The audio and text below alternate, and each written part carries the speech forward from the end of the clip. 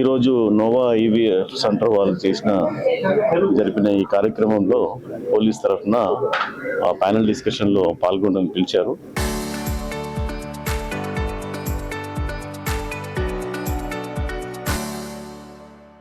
దీంట్లో మా తరఫు నుంచి విజ్ఞప్తి ఏంటంటే ఈ ఫర్టిలిటీ సెంటర్స్ గురించి ఎక్కడైతే మిస్యూజ్ అవుతున్నాయని ఎక్కడైతే మాకు డౌట్ వస్తుందో ఎప్పుడు వీళ్ళందరికీ మీరు నా తరఫు నుంచి చెప్పింది ఏంటంటే పోలీస్ తరఫు నుంచి ఆ ఐవీఎఫ్ యాక్ట్ ఏదైతే ఉందో ఏఆర్టీ యాక్ట్ దానికి సంబంధించిన పీనల్ సెక్షన్స్, తర్వాత దాంట్లో ఏమేమి చేయొద్దు, పబ్లిక్ కూడా అవేర్నెస్ కావడానికి వీళ్ళు ఒక డిస్ప్లే బోర్డు కూడా పెట్టి పబ్లిక్ కూడా అవేర్నెస్ చేయాల్సిందిగా మా తరఫున కోరారు. మరీ ఫ్రీక్వెంట్ ఏం రావండి, రేర్గా వస్తాయి. ఒక 1 yearకు 6 months ఒక కేసు అట్లా వస్తూ ఉంటుంది. వచ్చినప్పుడు మేము యాజ్ పర్ యాక్ట్ ప్రకారం ఈ మధ్యన అయితే రాలేదండి, మా డివిజన్లో అయితే రాలేదు. So whole objective is to bring a lot of awareness to the people because there's a lot of misinformation or lack of information.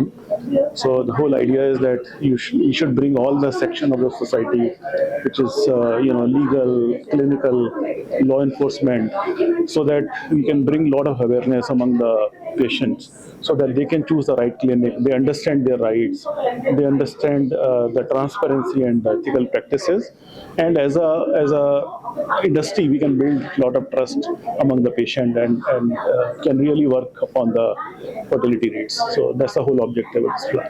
నమస్తే అండి, ఈరోజు మేము ఒక ప్యానెల్ డిస్కషన్ చేశాము. This is called beyond IVF building ethics, transparency and public awareness. So ఇది మెయిన్గా Nova IVF fertility చేయడానికి కారణం ఏమిటి, ఒక పబ్లిక్ అవేర్నెస్ క్రియేట్ చేయడానికి. మనకి చాలా మిస్ఇన్ఫర్మేషన్ ఉంది, సోషల్ మీడియాలో ఇన్ఫర్మేషన్ లేకపోవడం అనేది ఇప్పుడు లేదు. బట్ జనంకి తెలియాలి, వాళ్ళ కరెక్ట్ ఇన్ఫర్మేషన్ ఎక్కడి నుంచి రావాలి. సో ఒక ఏఆర్టీ యాక్ట్ అనేది ఉంది, ఒక లా అనేది ఉంది. కొంచెం దాన్ని ఫాలో అవుతూ ఎథికల్ ప్రాక్టీస్ చేస్తూ ఒక పబ్లిక్ అవేర్నెస్ క్రియేట్ చేసి ఎలా ఒక ట్రాన్స్పరెంట్ ప్లాట్ఫామ్ అనేది మనం పేషెంట్స్ క్రియేట్ చేయగలం, పేషెంట్స్కి ఎలా హెల్ప్ చేయగలం అన్నది ఈరోజు మేము ముఖ్యంగా తీసుకున్న అంశం అన్నమాట.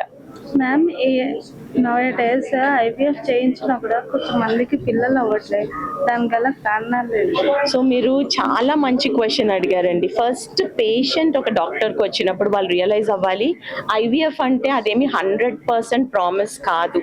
మీరు ఎక్కడైనా 100% సక్సెస్ రేట్, 100% గ్యారంటీ అని ఎనీ సెంటర్, ఎనీ డాక్టర్ చెప్తున్నారు అంటే అక్కడి నుంచి మీరు దూరం వెళ్ళిపోవాలి.